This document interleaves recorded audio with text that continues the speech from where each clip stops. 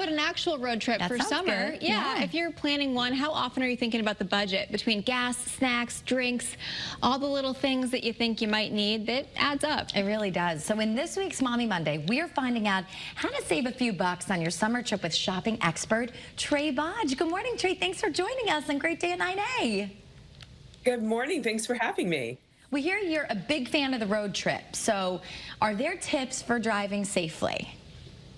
Yeah, so we're going to be seeing a lot of people out on the road this summer. There's a Bread Financial poll that found that while most of us are going to be traveling this summer, 76% of us are staying within the US, and that means road trips. And I love a road trip because it's a great way to stay on budget because travel is so expensive. But it's really important to stay safe when you're out there on the road. And what I like to do is there's a recent study from Allstate, is their best drivers report of 2025, and they have indicated certain areas of the country that are risky or safe. So for example, on the risky side, we've got Baltimore, DC, Boston, LA.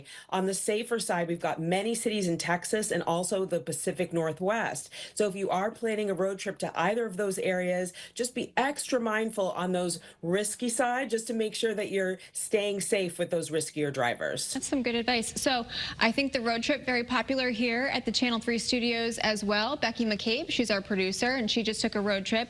Caitlin Amato was just on a road trip. So it's a very popular thing. It can, as you mentioned, can be budget friendly, but what are some of those spending traps we should be aware of?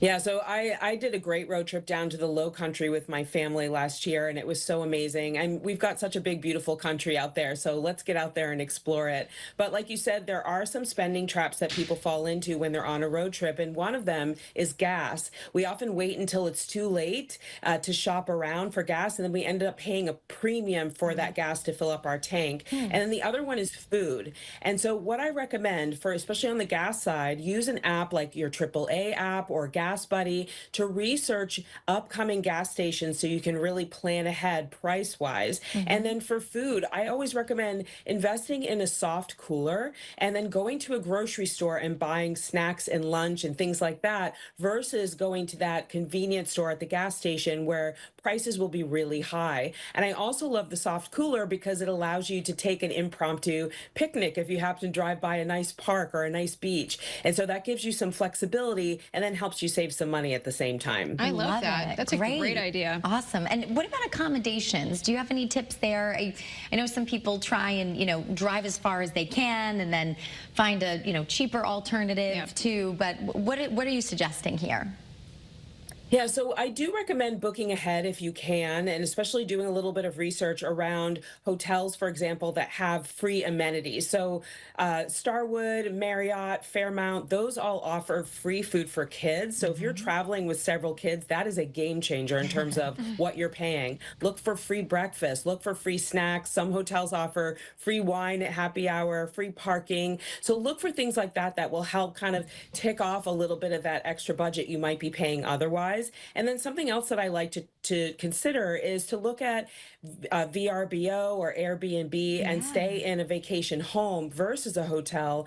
And I like this because mostly the parking is free. And then also there's more room within that accommodation. There's more room to spread out. Maybe everyone gets their own room. You don't have to share bathrooms as often like you would in a hotel. So I like that. And then also you can have at least one meal inside the Airbnb or VRBO, and that will save you a lot of money versus going out as you're on that road trip. And even you can stay for one night or 2 nights at one of these accommodations, and it's a really good way to save money. Yeah, it's probably also a little bit more pet friendly if you've got your 4-legged family members coming with you. Yeah, that's great. So you also say how you're paying matters, right?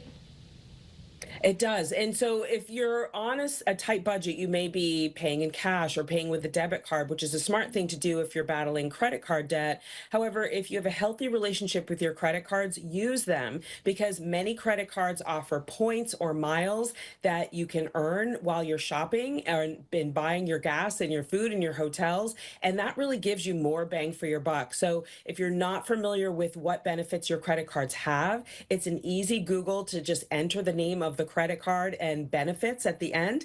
And then you'll see, oh my gosh, I can get 4% cash back when I dine out, or I can get 2% cash back on hotels. Benefits like that can really go a long way on a road trip. Yeah. And you are just a wealth of knowledge on all of this. Where can we follow you? Because you also, give us suggestions when it comes to credit cards and rewards programs and stuff too, right? I do. So I share savings tips all year long on True Trae on Instagram and at truetrae.com. I'm always digging around looking for the best ways to save, which is really important, especially in these tariff-related times where we're seeing these price hikes. Hey, Trae, real quick before you go, what's your favorite road trip game in the car?